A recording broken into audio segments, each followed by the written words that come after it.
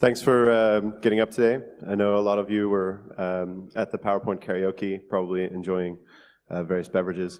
So this is a talk about malicious potential of rDDoS, reflected DDoS, and I'm Aaron. And I'm Aaron. So we're the Aarons. We're some of the Aarons, anyways. Just spelled differently. There's a lot of Aarons. So this is Aaron Kaplan over there, and I'm Aaron Leverett over here. Okay, next slide. So 108.49 terabits, yes, terabits per second. This is a number that we talked about a while back. Before we did the research, we wanted to know what the maximum DDoS of the internet was. Someone asked me a few years ago. We'll say a little bit about why we calculated that in later slides. And when I first heard this question, like what's the maximum DDoS potential of the internet, I thought, you're crazy. It's not calculable. I don't know how I'd approach this, blah, blah, blah. And then I met this guy. Thanks. So, yes, let's briefly talk about like how we came up with that number, and soon you will see actually it is an estimate. Okay, so to be very clear, this is an estimate, and the reason why we're presenting this is because we want to bring out this idea to a larger audience in order to consolidate feedback and get your ideas into maybe next version of this paper. On the first slide and on the last slide, you'll actually have the link of the paper we published in Chatham House about this. And I'll briefly run through the method, how we came up with that number. Yeah. It's also worth saying that's the number for 2016. Right. So we calculated that for the year of 2016. We'd like to do some more research on 2017. You'll understand more of why we don't give the number for 2017 yet as we go through the presentation. Yeah. So basically, the first caveat here comes in that we took the data, the existing scanning data of these four protocols, UDP amplifier protocols, NTP, DNS, SSTP, and SNMP. SNMP is well known. It's often used, actually, DNS and NTP as well. SSTP, universal plug and play related.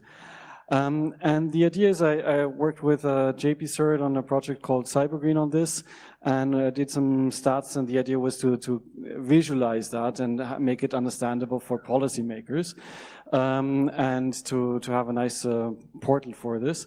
But then we met and we talked and we came up with a new idea here, and basically we came up with the idea that actually we could, based on these counts of these amplifiers, UDP amplifiers, we could estimate the volumetric reflective DDoS power of the internet. So how do we do it? Let's briefly recap how does UDP amplification work. You have an attacker, you have a UDP amplifier, and you have a victim. So the source IP of the victim is put into the question packet here from the attacker to the UDP amplifier. So the UDP amplifier thinks he has to send it back to the victim, and there's an amplification factor here. In this case, it would be 100. So if I send 1 byte per second here to the UDP amplifier, it will send one packet with 100 bytes back to the victim, which the UDP amplifier thinks is the attacker. So it's like the equivalent of, I order like 10,000 catalogs in your name and you get them, yeah?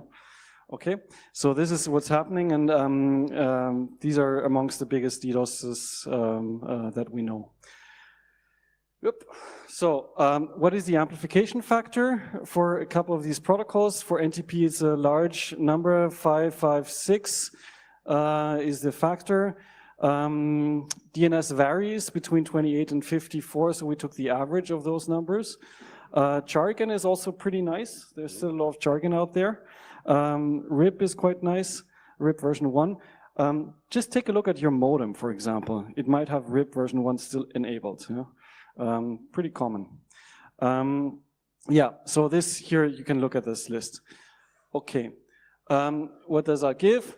Basically, we took those numbers in the first estimate, took those numbers, count of amplifiers times the amplification factor would give a DDoS potential of a country. So you take the IP address, if it's an amplifier, geolocate it, and basically multiply by the amplification factor.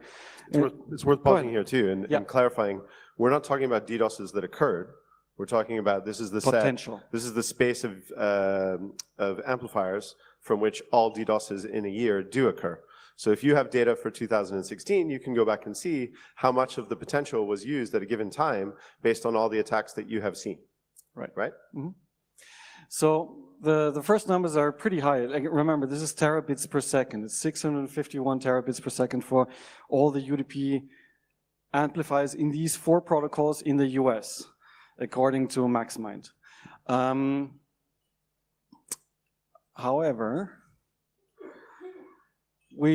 after some discussions, we figured out actually this is not the whole picture, because what you need to factor in is, let's say an ISP has CPEs, Wi-Fi modems or something, and they will limit the upstream capacity. So if you remember the picture before, the attacker will send 1 byte per second or X bits per second in this picture, and here X bits per second times the amplification factor comes out. But of course, this is limited by the upstream capacity. Usually the right side here is higher, but the upstream capacity caps this. So we need to factor this in. So easy task, right? Just get the upstream capacity of every IP address. Huh. Anybody have that data, just out of curiosity? Yes, please, give it Love to to us. speak to you. Yeah. So Aaron came up with a really good idea to take the MLab data from here, measurementlab.net, and calculate, I think, the median, yes. So I calculated the quartiles, basically, the min, max, upper and lower quartile, and the median. You might ask, why do we take the median instead of the average? Because capacities come in chunks, right? It's not like they're a smooth function. So we chose to use the median for every individual country. So does everyone, well, I doubt everyone knows, but has anyone in the room heard of MLab? Raise your hand. Good. All right, more of you should have heard of MLab. Yes. They do really cool measurement stuff. They're network nerds of the finest kind. They give us a lot of support on this. And they have this access, this data is open access. Now, to get it, you need to jump through a few hoops and get a Google account, because you need to use big table queries to query their data set, but they will pay for your queries. They have money to pay for your queries, so you don't have to get Google credits or anything to do this. So this data is open access, but requires a little work. And once you do that, you can then say, like, for this country in the world, I want you know, the medians, or I want the averages, or I want the maximums or the minimums or whatever. And I did that. I did quartiles for all of the 180 or so countries in the world for the entire year of 2016, and then I put that into tables that we use for the rest of our calculations for the year of 2016. And the reason that we wanted to do that over an entire year is because we get fluctuations in the amplifier counts. And we'll talk a lot more about scanning. I know a lot of people think that scanning is boring. We don't. We think it's very complicated, it's very interesting, and we're going to get into that a little bit in this talk. Also, just for the people interested in maths, in the paper we have the formula. Basically, you cap by the minimum of the upstream capacity and the amplification factor with a downstream capacity. So it's actually pretty simple, but yeah, it looks complicated as an equation, it's actually pretty simple. But it's really simple. It's basically just the minimum of the upstream times the the downstream to the amplification factor, or the upstream. And it turns out it's usually the upstream. Yes. Right? Surprise. Yeah. Okay, so why did we want to do this research? Why is this question interesting? Okay, so from my point of view, I used to be a penetration tester. I did a lot of offensive stuff, and then I went across from the Cambridge Computer Lab and IOActive, where I was working, to the business school. And I'm not, as you can see, a business school kind of guy, but they invited me over to the Risk Center, and I got the opportunity to work with some terrorism experts, some kidnap and ransom experts, some hurricane experts, who all do risk, right, of one kind or another. Financial risk, interbank lending, that sort of stuff. So it's like joining the X-Men of risk, and I'm kind of hanging around going, yeah, I'm a cyber guy, we don't have many equations, we don't really know what we're doing. But I got the chance to work with all of these other people, and they start showing me models of just how bad hurricanes could be, or just how bad interbank lending could be. And I start to think about things in these kind of risk perspectives, and someone comes up to me and goes, okay, we're going to speak to some cyber insurance companies, and they want to know what the maximum DDoS can be. And I just think, no, it's not possible, right? But also, because of being a penetration tester and because of being a hacker, When I see that something is impossible, I think, well, could it be possible again soon or in the future, or like what's going to change, right? And basically it slowly became clear we just needed data. We just needed the data, and then slowly we could get to the point where we could estimate it. So one of the things I want you to take away from this presentation is not the number, but that it is estimable. We can get to a point where we will be able to estimate this entire capacity for the internet and then compare it to the actual DDoS events that we see, and we'll know something about how effective attackers are based on how effectively they use the available reflectors. So for me, first of all, I like working with Aaron. That's already a good reason. But for me, the reason to look into that is basically scanning gave us this. I think I'm saying the same thing like you, just in different words. But anyway, scanning is a very interesting technique, and it for the first time gives us like a global perspective on the internet. And based on that, and based on metrics and measurements, which I think we still have to improve,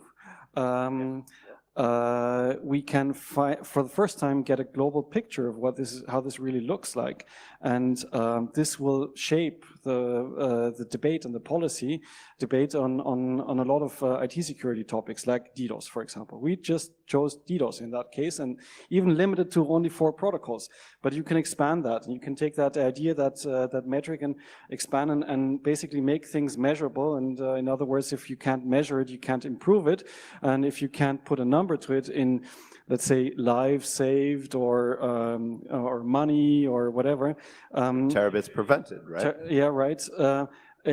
Then we'll always stay in our circles, like the IT security circles, or, you know, this hack is so bad and this and that and so, but, you know, on the policy level, people will actually listen to money numbers or lives saved or whatever, yeah? Or like your talk about the healthcare industry. That's really actually important, yeah? And if we can translate that based on data and metrics, we can actually have a bigger impact. So also the whole idea of the economics of this comes into play. So what, for example, what are the costs for an attacker? What are the costs for ISPs globally to clean up this mess of UDP amplifiers? And what are the costs of service which gets DDoSed into oblivion for days and weeks? It's possible. You know, compare those costs and then make an informed decision. So I think if we have these arguments, we can actually really make a big difference. That's why I think we're doing this.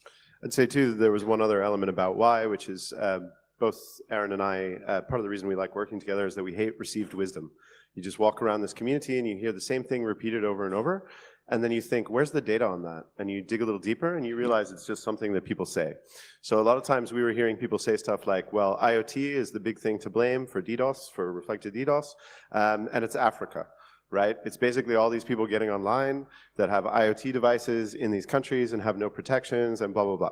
And we thought, is that really true? Like, is it okay to just go around blaming Africa for DDoS? So we wanted to examine some of these questions. And so you get into the metrics and you look at the data and you try and find out what's going on. It turns out it's not Africa, no surprise. So yeah, that brings us to our findings. Yep. So yours. Okay, so I apologize for the fact that we are going to bombard you with pie charts for a little while. I hope you like pie. Well, it's all right. It's not going to take me long. What I really want you to take away from this crazy psychedelic graph that I clearly made when I'd I don't know, had too much Club Mate or something, is that 50% of it is made up by a small number, a small group, right? So this is DNS for 2016.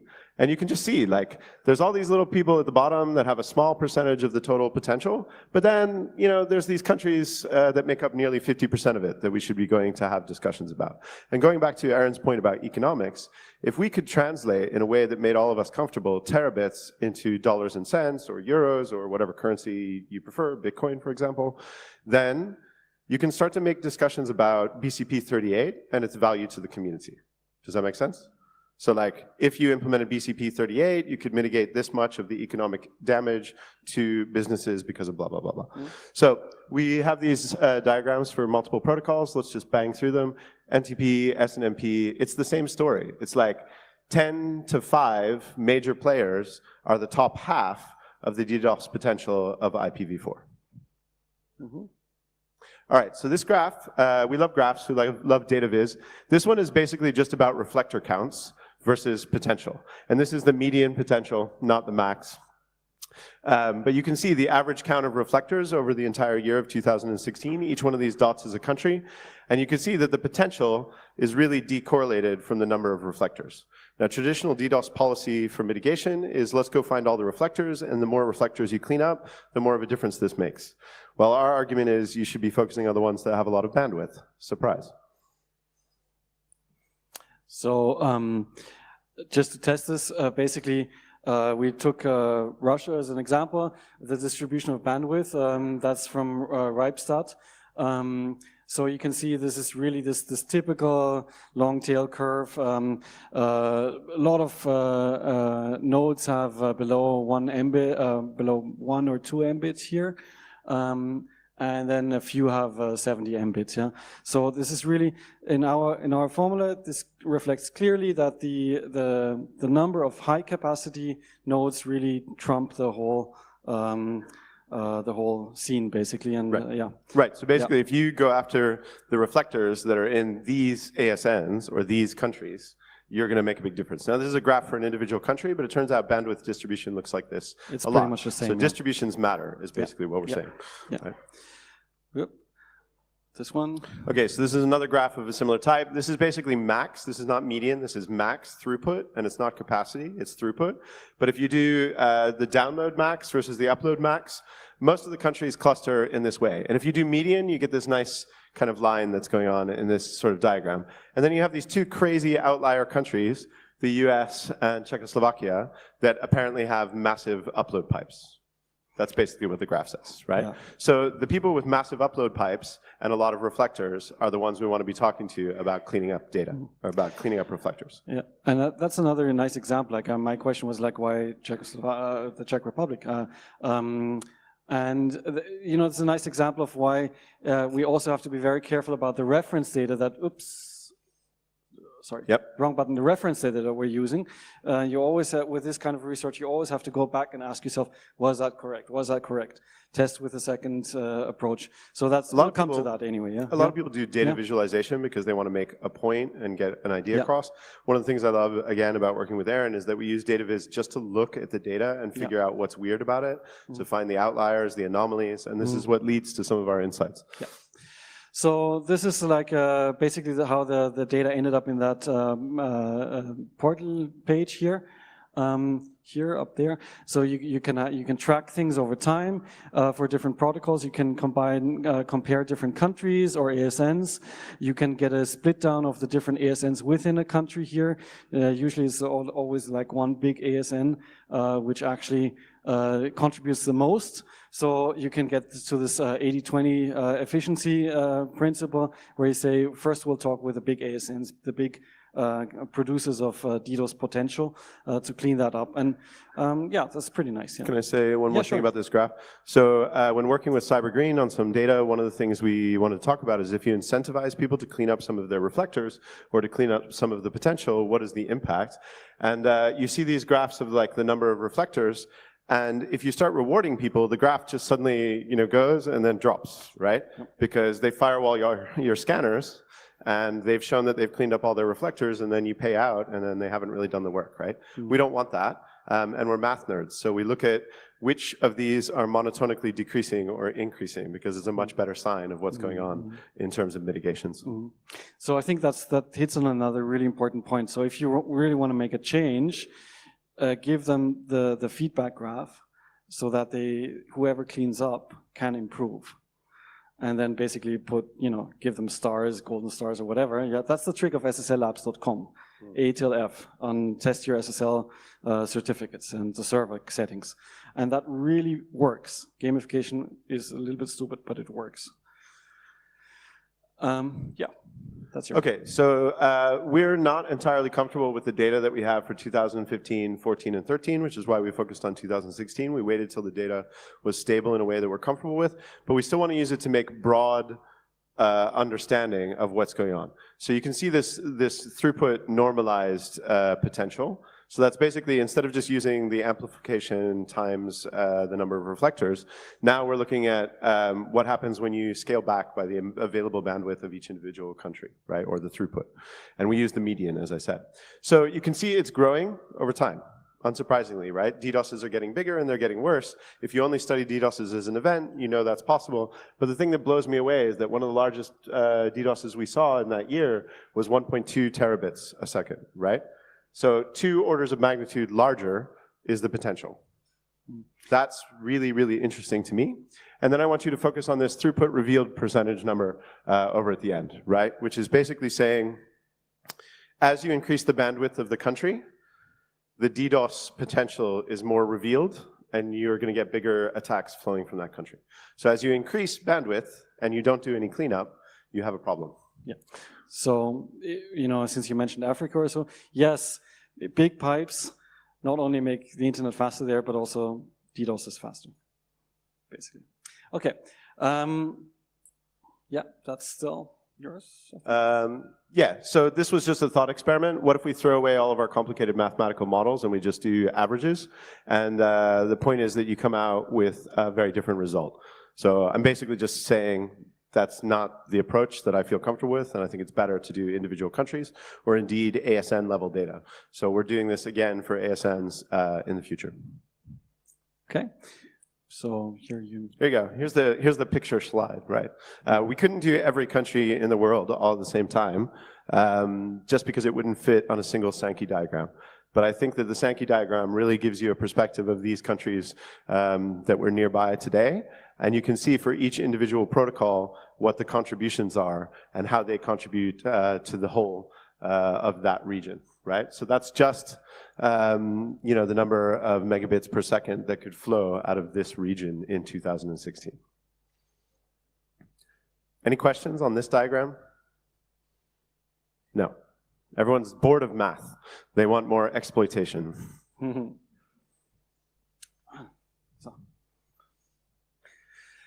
Okay. Yeah, what we said before. Increase of bandwidth of the internet, of course, increases the DDoS potential. We believe our new metric, the one which caps the upstream, is much better. It's the improved metric, but there's interestingly enough like this 0.3%. It's 0.3% compared to the old metric.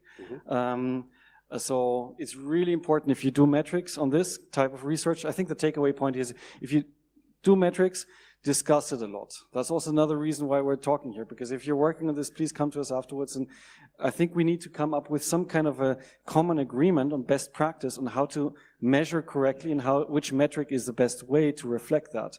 And I think this needs to be sort of a group discussion or a bigger project than just us two, because, and also maybe some more publications, because we need to come to an agreement. If we don't have this agreement, there's nothing that we have. We don't have any solid, you know, research that we can give to policymakers, for example, saying this is how the experts see this, yeah, or that's how we think it is. So it's a good place to talk about failure as well, which is of course the keynote theme. Right. And failure is also important to science. It's falsifiability. So we like to joke around that the best way to get the right answer for an unanswerable question is to publish the wrong answer first, because on the internet, everyone likes to correct a wrong answer and you'll quickly come to some sort of convergence of what the right answer is. So that's basically what we're doing here, is we're publishing a very quick and dirty back of the envelope, okay, it was actually 2 weeks of work, but estimate. But we hope that you'll come along with better data sets, or better techniques, or better mathematics, or better statistics, or the view of actual attacks. One of the very clearly beautiful falsifiable elements of this work is if you see DDoS attacks as opposed to potential, you could take all of the DDoS attacks you see per year, you could try and get some measure of the flow per country in gigabits per second, megabits per second, terabits per second, and you can do rankings of the contribution of each country, right? And we can do rankings of the potential. And if we can get a rank correlation across a couple hundred events, that would either validate our methodology or invalidate it, which would be interesting for us, right? And hopefully for you too. So let's take a step back and let's examine how we did that. What was really the process. So first, somebody on the internet scanned. In that case, it was Jared Mauch. Thank you, Jared, for supplying the data. And he scanned, and he had his, you know, way of testing the whole internet. I took that data and collected it basically from him. Then we did some filtering, enrichment, the classical ETL process. Enrichment based on reference data sets, aggregated, and then presentation layer, okay? Some serious scanning nerds. Yeah. This is like nmap-IR0, which all of you clearly know the No, I flags by think heart. he right? actually wrote his own scanner for What? that. Yeah, yes, he In did. user space? Yes. Sorry. I don't know. Okay. So in German, there's this nice saying, I don't know for the German speakers here, but wer misst, der misst. So roughly in English, it's like, if you measure crap. It's just a funny thing here is like crap in German sounds like measure. I think overall the trends of his scans were okay. I think there were some gaps sometimes when he didn't scan, the hard disk was full or whatever. That's something that we need to accommodate for and basically know. It can also happen because of routing, right? Routing changes in the middle of a scan. Yeah. You know, when ZMAP came out, it became a lot easier to complete a scan. When we were back in the unicorn scan days, it might take, you know, a couple days or something to scan the entire IPv4 space, and you could lose chunks of routing in the middle of a scan, right? And also, when we were discussing this morning, we changed this. Clearly, the changes haven't propagated. That's not a question mark. We are aware of some poisoning attempts of scanning results. So if you scan from the same box repeatedly over and over and over, eventually you'll start to see results coming in that you know are invalid.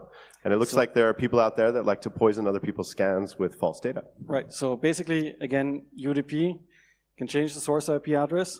If your ISP doesn't deploy BCP38, it goes through. And yes, that happens. So somebody's poisoning the scanners on the internet. Also, the interesting thing is here, a couple of these scans have widely different counts of the same thing. Comparing against other scans is pretty interesting. So you really have to carefully narrow down on what is the proper way to measure things here. That's a lesson that I took away, and I think we need this gold standard or a good documented how to scan properly, not only from the ethical side, not only from the privacy side, not from the opt-outs, only from the opt-out side. These things exist, but also like data quality. Data quality, yeah. And there are trade-offs. Scanning quickly with ZMAP or similar is easy. Well, it's possible now, yeah.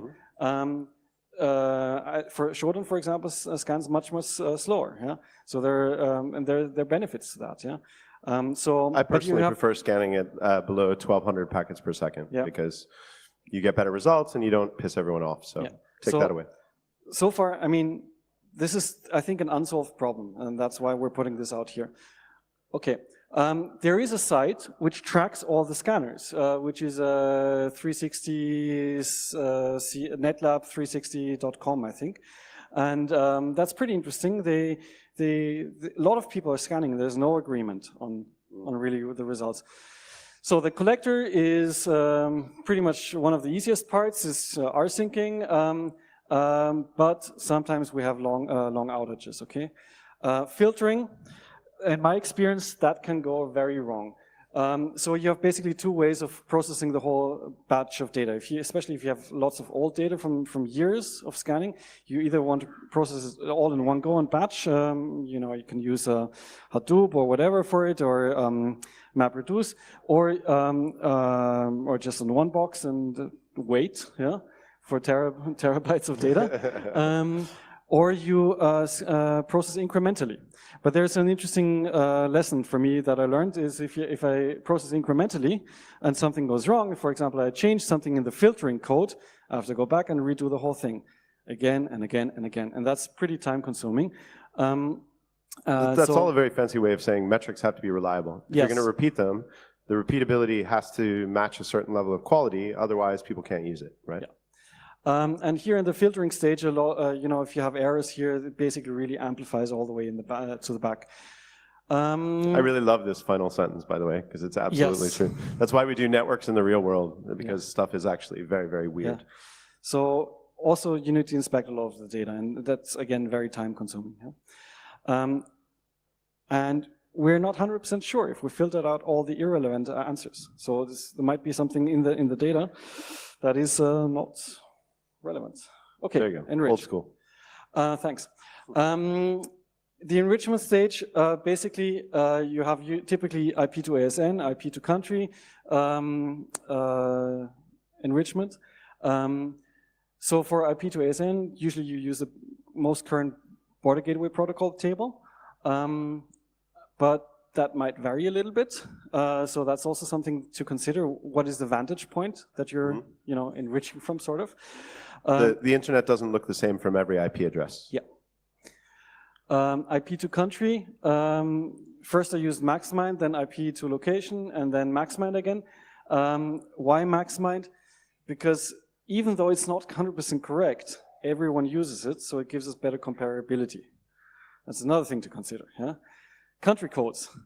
Everyone knows the ISO 3166-2 standard, right? Yes. Of course, obviously. But some people prefer the International Olympic Committee list. Maxmind has a country code A1, A2, which is satellites and proxies, anonymous proxies, yeah. proxies, etc. Then you discovered a country T or something somewhere. Yeah. So XY, that's a famous NATO country for we don't know. I think. So there's a lot to filter out, and of course, once you come to the policy level, you want to present your data. There are sensitivities also that you need to respect, like is it Taiwan, Chinese, Taipei, whatever. Yeah. So yeah. Upstream bandwidth, currently the best data that we got our hands on was MLab. If you have a better data set, if you know about a better data set, I would love to use UCLA, but that's speedtest.net. It's used a lot. They have a lot of data, but I think they sell it, and I didn't get access to it yet. But I think we can improve here. So a very simple thing you could do is rerun our experiments with different data and tell us what results you get. Yeah. And I think that's publishable with or without us. So go. Yeah. Also, if you use that reference data to enrich, one mistake not to repeat is archive your reference data, because then you can reproduce the results. If you don't archive those, you're never going to be able to have the same enrichment step again. Yeah. Okay. Aggregation, easy. Basically, sum it up.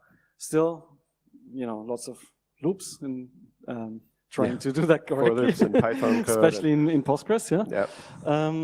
And the presentation layer, it's really important to point out exactly when you made omissions. For example, here there was no data coming in here. So this basically got interpolated here. Here there was a change in methodology of scanning. Yeah.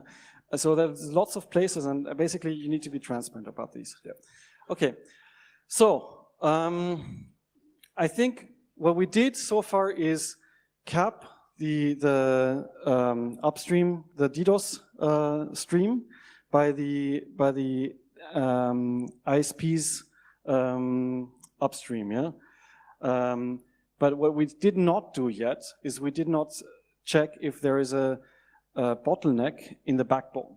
Let's say between Holland and England, for example, very well connected countries. Maybe the backbone links are not as strong as the DDoS potential. Actually, we would have to have another min term in the formula in there. We don't have that yet. It would be cool to know that data. I didn't get it yet. We're working on it. Sorry? Yeah, we're working on getting that data. So we think it's a max flow problem across core internet, and we need different flows, right? So Telegeography is a company that makes these wonderful subway cable maps. You might have seen them on the net or maybe printed somewhere in some offices. But these reflect laid fiber cables, but not lit fiber cables. Yeah. So again, this is an interesting thing. The details matter. And a simpler way of saying this is we don't think you could see a single terabit or a single 108 terabit attack.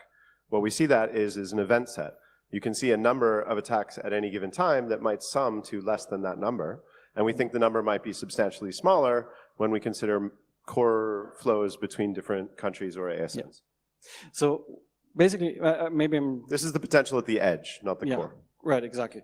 So, but it boils down to a multi-max flow problem. So you have different sources and you have a destination. Let's assume only one net block gets DDoSed. What is the max flow between that destination and all the sources? Right. And that's actually the real mathematical problem here. Right. Yeah. So we understand the math, we don't have the data. So if you have the data, get in touch. Yeah. And you came up with something interesting. You found out some forums or so that they only managed to get 15 terabits per second in the Yeah, real so world? a mentor of mine gave me some advice years ago, which is basically be in the room with evil, both as an activist and as an intellectual. You should spend time with the people that you think are causing harm. So I went and spoke to another researcher that's at Cambridge, who's done fantastic work on stressors and booters. And I love speaking to people who interact with stressors and booters. And a couple of them said that the max they could generate was 15 terabits a second. So, you know, how much we trust random conversations with people on the internet anonymously is another question, but at least it's a data point, right? But they had no reason to basically hide it, right? So right, exactly. In fact, they have a reason to advertise it because they're making money by how much they can generate, right? So I think that's actually very interesting that our number is, the potential says there's more potential still, at least on the edge of the network, than the booters and the stress testers could really generate. So it's interesting, yeah. I think, well, we only, no, I'm still here, thanks.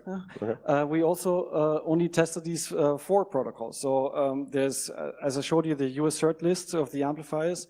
It would be really interesting to expand the protocol list and also add non-UDP amplifiers, let's say the Mirai botnet or similar, where basically the capacity is just the sum of the upstream capacities. Yeah?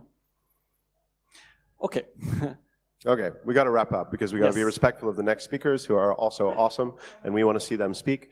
But the main conclusion I want you to take away is that we think that this max rDDoS metric is calculable. So we think it's calculable. We've given you a number. Go away, try and calculate it, figure it out for yourselves. We don't think it's an unknowable number.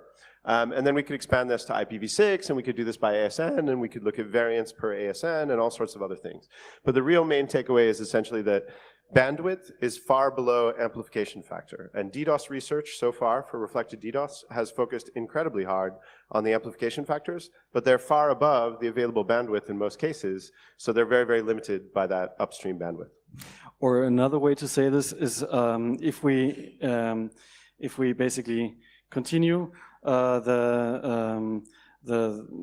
the focus is on cleanup, and so I think you mentioned the global internet health pandemic issue. That's a nice example of this. Yeah, if we see it collectively as this is something that we can clean up, start with the top producers or the top potential producers of reflective UDP DDoS.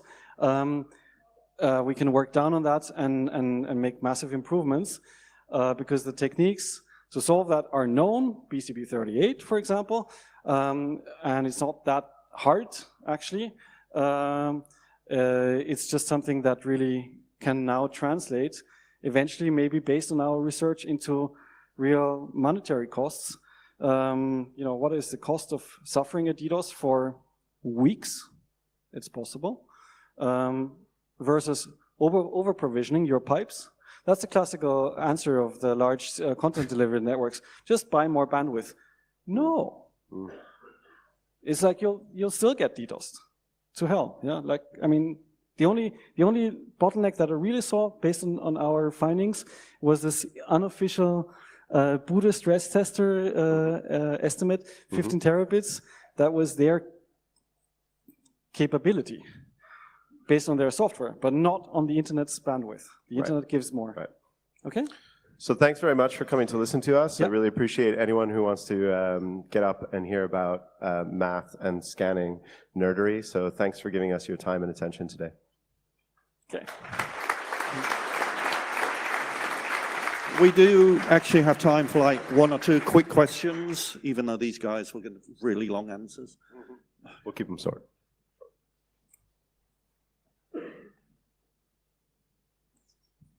Hello, thanks for your talk. One question, you mentioned BCP38. I think this is quite important because nearly 80% of the ISPs implemented BCP38. Do you took that into, so are you aware of these numbers and where they implemented into your estimation? So, no, not so far. There is from from Casey Claffey. There's quite a good research on that already. So basically, you can test on your own network if the ISP implements BCP38. So the answer to that, I thought about that also, and the answer to that is we still have so many UDP reflectors out there which work. You know, these are tested reflectors. Yeah? So the scanning that Jared did basically tests, is that really a reflector? Yeah. And would I, for example, for a DNS packet, would I get the answer back? Yeah. So it works whenever you are on some network where you can have enough capacity to instrument all of these UDP amplifiers, which exist anyway.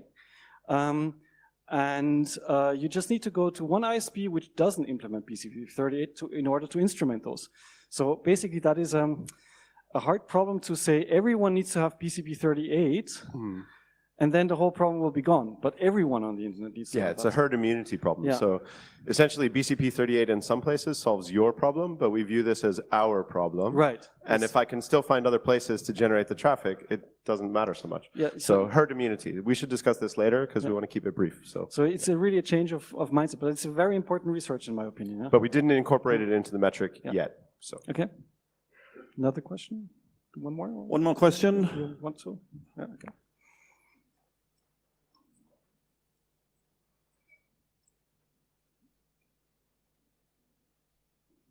Just really quick, did you talk to Cloudflare about this?